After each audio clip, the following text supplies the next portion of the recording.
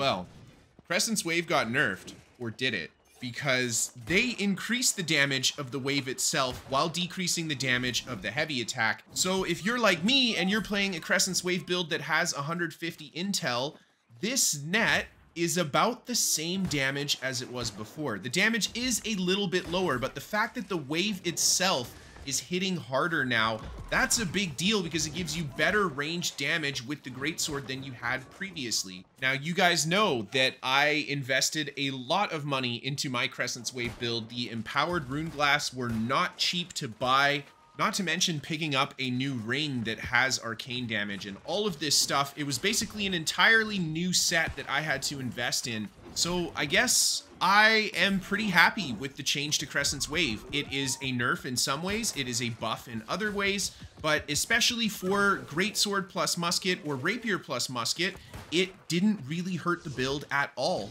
In fact, I would say that this nerf is going to hurt things like Greatsword Hatchet or these strength and dex focused builds a lot more than the kind of weird split that we go for when pairing with Rapier and Musket. But anyway, all buffs and nerfs aside, I am just really happy that the weapon is keeping its very unique function. In fact, its unique function actually got buffed. Now, of course, I've got some gameplay for you guys today, and we'll be getting into that gameplay commentary in just a second. I am done the top 5 video. It's going to come out tomorrow for you guys, so I hope that you're looking forward to that. I'm sorry it has taken so long for me to finally get another episode out.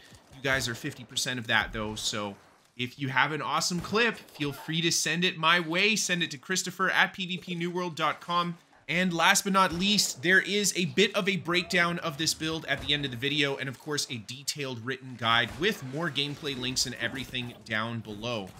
And a beautiful 8k heavy attack on that guy just to end the clip. Yeah, the Crescent's Wave is still hitting hard, guys. You still have those big heavy attacks with it, but the wave itself, of course, is going to be doing a little bit more damage if you're whipping those ranged heavies.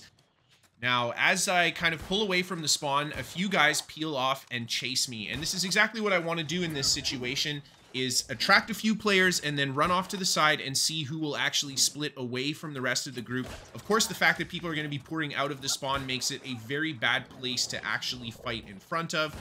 So this worked perfectly. We managed to pull one player off to the side by themselves, and we just chip them down with the musket, switch to the greatsword for that last little hit, and down that guy goes. And now we head back towards the spawn here, and we managed to pull another player. We've got a ranged player in behind, and this guy is doing big damage with his great axe, so we have to be really careful how we engage with this. We want to make sure we get the upper hand when we can. He does a great job blocking that incoming combo, and then I do the same thing here, just kind of reading that he's going to come in for that gap closer. I blocked the gap closer, but not the stun. Here I dropped the trap on him, and I decided to just go for it and try trading. Unfortunately, he has got quite a bit of lifesteal with that great axe as well, and I'm getting shot up, so the trade goes really, really bad for me. I take a lot of damage, managed to get behind cover just in time, and that's really good timing there with the steadfast strike. We get some stam back. We managed to go into the defensive stance, which is a huge deal because then we can whip those heavies from a safe position, and then we get the musket shot on the lower health player there. He goes down. And it looks like the melee player, he stopped. He's just giving us a bit of a break. That's okay. I'll take advantage of that moment. Quickly kill off the musket player there. And then we have a quick little conversation. And this guy ends up being friendly. He's actually just kind of looking for the one-on-one. So we start fighting again. But as soon as we start fighting, look at this. We got 2 more players that came back here. And he decides to just leave the fight. So, oh my god, this poor guy. He just gets absolutely nuked by the greatsword. Down he goes. And then this last guy here, he ends up just running away and going inside. He's had enough. Oh man, I think that's one of my favorite things about this build, just how much damage the musket can actually do. Usually, when you play Greatsword Musket, you're picking between one of the 2 weapons for damage. But with Crescent's Wave, because it benefits so much from the 150 intel, you really just get a nice rounded build with this setup. And then here we go. We just get on top of this guy after catching him in the trap. We hit him with a few big heavies and then the reach on Steadfast Strike just to get the finishing blow, and down he goes. And then I head back towards the spawn, and again, we're just going to try to pull players away from here. And I just kind of pepper them with the gun. They've got heals and stuff down, so there's not a lot that I can really do. And then the HP, oh man, he's just throwing us some encouraging words. Thank you so much, man.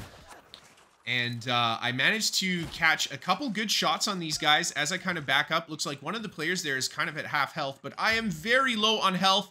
And I've only got one potion now, so we're going to be using Endless Thirst at the full 30-second cooldown, and that means that we're going to be going for like a 15-second period with no healing at all, which is a little on the scary side, but that's okay. I'm just going to do my best. You don't always have the supplies, and oh my god, did you see that? We hit a 6k wave on somebody, and one of the enemy players go down. Honestly, for this build, a 6k wave is really nice. That is a really solid ranged attack. The fact that it cleaves through everything and has so much AoE.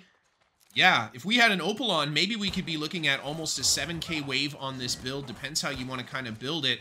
And I head back outside here. I start working on the enemy musket player. Just big damage with the greatsword. Oh my god, we got on top of him. We're swinging those heavies. Down he goes. We get a big power shot on this guy here too, but he has quite a bit more health than the other players. And then there's that crushing greatsword heavy attack. Oh my god. And the wave connects as well. I missed the second wave. We just about got him there. Go for the backstab, and he's just out of range. And then this guy here, he's just going to run in circles around me, and I'm going to miss so many attacks. There, we finally land the trap. There's another power shot to get about 5k damage in, and he's so close to dead. He just keeps squirreling away. And by the time I land the shot, this guy already got the heal up, and now he's throwing the fireballs at me, so I'm forced to chug my potion, and there's a beautiful trap. There's the heavy. He falls for the trap. He rolls twice. Down he goes. Huge damage on that wave again. And moving on to the second clip of this video, there were two separate OPR matches that I kind of got fights in here. This is the next OPR match. And in this fight here, you can see I managed to pick up a nice quick kill on one of the enemy players. Very surrounded here. And let's be honest, guys, I get super lucky. There's no words to describe it. I managed to get just the right weave pattern that nobody hits me with enough damage to kill me. A lot of those big shots from the bow are missing. The blunderbuss was missing as well. So yeah, really lucky, able to just kind of squirm out of there in one piece. And then I head back towards these guys. It looks like this guy is retreating a little bit. I do manage to land a shot, and he decides to turn around. That was oh my god, big mistake. The damage over time just finishing him off. Then I head back towards the spawn again and just see what I can pull away from the spawn.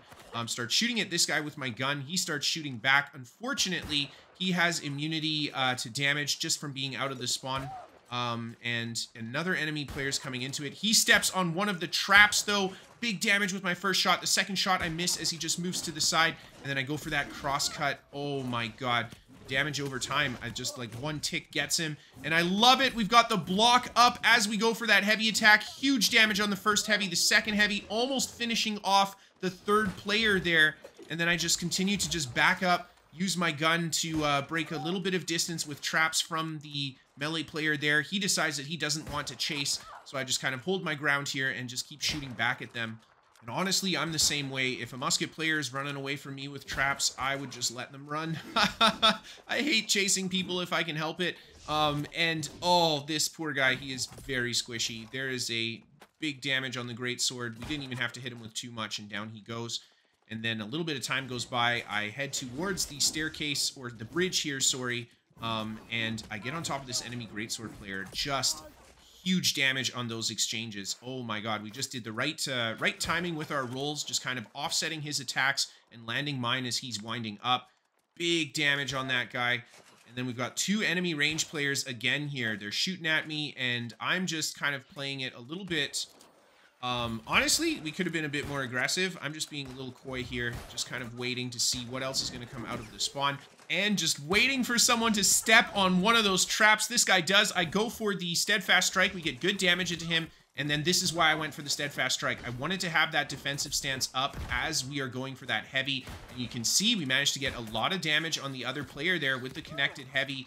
And we blocked those incoming attacks. Very, very powerful from the greatsword. Seriously, if there's something that they want to nerf or change with greatsword, it's that heavy block. It is very, very strong when used correctly. Now, as these guys chase, the first player that gets on top of me, I get good damage with the musket, switch to the greatsword, and then get right behind him and just go for big damage as much as I can with my greatsword. He's very low health. He does not heal up in time. I switch to the musket, very quickly put the power shot in. Down he goes, and now we've got a fire staff player on top of me here. He's got blunderbuss as well, so we got to be really careful of that burst. Go for the Crescent wave to try to land the hit on that guy. Unfortunately, He manages to just squirrel away with his life. And I'm just going to get back behind a little bit of cover here. The blunderbuss and the range players, they're really chipping at me. So I have to be very careful that I'm LOSing as much damage as possible. And whenever I'm in the open, make sure I'm moving as much as possible. And there you can see I hold still just for a moment to throw some Crescent waves. And I take a lot of damage. Shirking heals doing overtime there just to heal me for the one dodge I did get. And this guy just very low on health. He's running around the terrain. We've got the spear player behind me. That's okay. I'm going to take advantage of this, turn around, and attack the spear player. Huge damage on the Crescent wave. The second one finishing him off. Oh my god, man. I freaking love this greatsword. It is so much fun. And then I get down to the bottom here. I try to put the damage into the blunderbuss player, but he actually is doing quite a bit of damage back. On top of it, I'm missing a lot of my shots because I cannot clearly see him in the water here.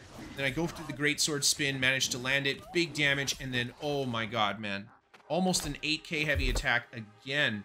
Now, of course, here's a look at the build. The big difference between this and the original build is I'm running 100 intel instead of 150 intel, and I put the extra points into my con just because I wanted a little bit more health. You can do it either way. You can run it 100 con with 150 intel, totally up to the user. But here is a look at the different weapon skill trees that I'm using as well. And on top of it, a quick peek at the gear that I'm using. Like I had mentioned in the gameplay, if we switched out the augmented empowered gem to be a opal, we could get a little bit more damage on the wave itself. But the reason that I like to go for the empowered split is because it makes all your other greatsword attacks a little bit better than they would be if you had the opal. So it's kind of up to the user what you want to do. If you really just favor the wave damage, I would say go for the opal instead of the empowered split. And then, of course, all the gear here, very expensive with all of my empowered rune glass on it.